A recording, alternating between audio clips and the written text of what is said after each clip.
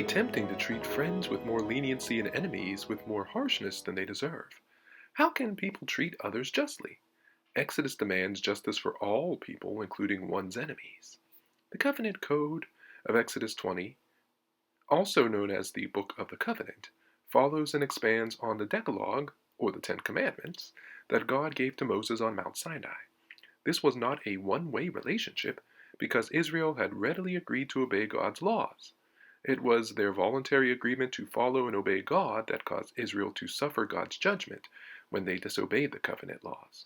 Implicit in any law forbidding something is a judgment for disobedience.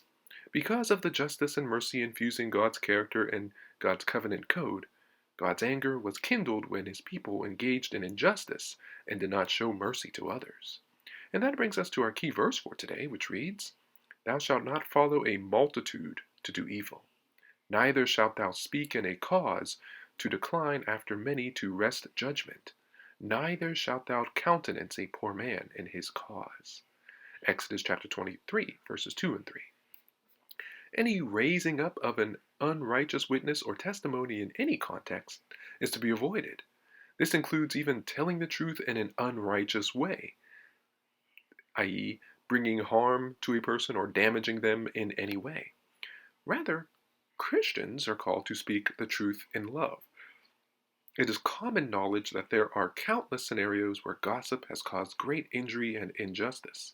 The entire spectrum of gossip, from inappropriate truth-telling to minor exaggerations to outright fabrications, is to be avoided by God's people. Justifications such as majority rule or popular consensus do not relieve a child of God from the responsibility of speaking out against evil. Simply following the majority opinion is not wrong in itself. The problem comes when the crowd wants to wrest judgment. In other words, we must not turn aside to the crowd when the crowd wants to turn aside justice. Sympathy for a poor person should not be allowed to influence justice any more than partiality for the rich might subvert justice. The message, especially for judges, is simply to never show partiality, even when the circumstance involves an enemy, which in Hebrew is oyeb, a common word which can also mean one who hates you. God's standards clearly are to dispense justice for all. Jesus illustrates the principle with the parable of the Good Samaritan. An act of compassion or kindness, even for those who hate you, is what Jesus meant when he refuted the mistaken oral tradition of hatred toward one's enemies, and instead embraced the greater and also explicit commands for justice and mercy, even for enemies. Ultimately, why should Israel exercise justice even for enemies and aliens? The greater truth is that justice is the embodiment of God's holiness within his people. God did not simply deliver his law to his people and then leave it to them, to their own devices to interpret and apply it. Rather, he is personally involved with the lives of his people, even judging individual cases, and he hears the cries of the oppressed. Lastly, the commandments to observe the Sabbath is reiterated. The scope of the law is once again expansive, including not just citizens, but also the foreigner, not just people, but also animals, not just employers, but also employees, not just adults, but also children. All of God's creation is allowed to rest and refresh themselves. And so here's our lesson.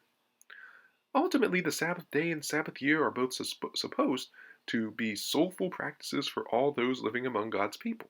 It's a time to trust God's provision for your physical needs rather than getting hung up on providing for yourself or worrying if you are living up to your role as a provider for your family.